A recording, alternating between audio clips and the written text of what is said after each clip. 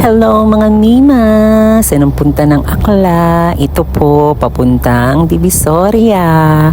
So bakit ako pupunta ng Divisoria? Kasi po, meron pong magpapadecor sa akin. At yan po, mamimili ako ng mga balloons na mga need ko kasi meron siyang color na hinahanap. And hindi naman talaga ito ang aking pinaka-business. Kaya wala akong mga stock na balloons. At ang hirap din naman mag-stock kasi baka madali lang din siyang magputukan. At syempre, mahal din naman ang mga balloons. Kaya hindi ako nag-i-stock. So every time meron magpapagawa sa akin, saka lang ako bumibili ng mga balloons. Dito na kami sa City Hall at malapit na kami sa Loton. At palapit na kami ng palapit sa Divisoria. So biyahe-biyahe lang kasi wala naman tayong sasakyan at wala tayong sariling motor. So biyahe-biyahe lang pero maganda kasi dito hindi ka mapagod mag-drive at hindi mainit.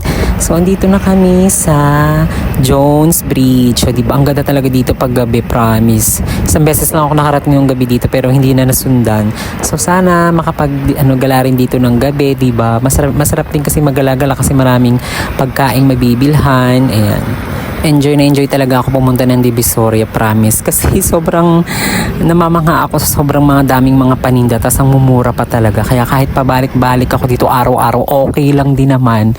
Kasi hindi naman nakapansisi na maggalay. So andito na kami sa Dragon Mall. So dito ako nabili ng mga panglobo. So dito, actually ang tagal-tagal ko nung namimili dito pero hindi ko pa rin alam pangalan ng store nila.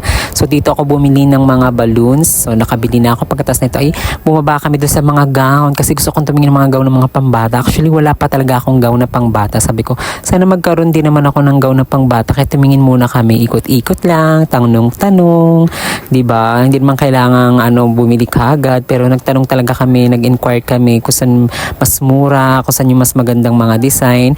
Pagkatapos umakit na kami sa Dragon Mall ulit, bumalik kami para kumain na kasi anong oras na rin para makauwi ni kagad kami. Syempre sa paborito namin. Ano pa nga ba, di Mang Inasal. Si Alex sa Mang Inasal pero ako hindi. Doon ako sa 120 na dalawang ulam tapos dalawang rice na. Tapos si Alex nag-alna rice. Kasi hindi ko naman kailangan ng maraming rice. Sobrang tabako na talaga. So pagkatapos yun, ito na naman kami sa Jones Bridge kasi nga pauwi na kami ng Sapote. O, ingat-ingat lang sa biyahe.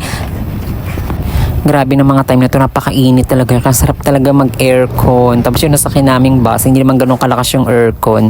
Nakakaloka talaga. So ayan po, nandito na ako sa May Villar Sipag para pumunta dun sa event place na po ayusan ko. So dito po yun sa Giligan. So dito yun sa may Giligan. So nagmamadali ako kasi hanggang 10 lang sila. So pumunta ako dito mga 8:30.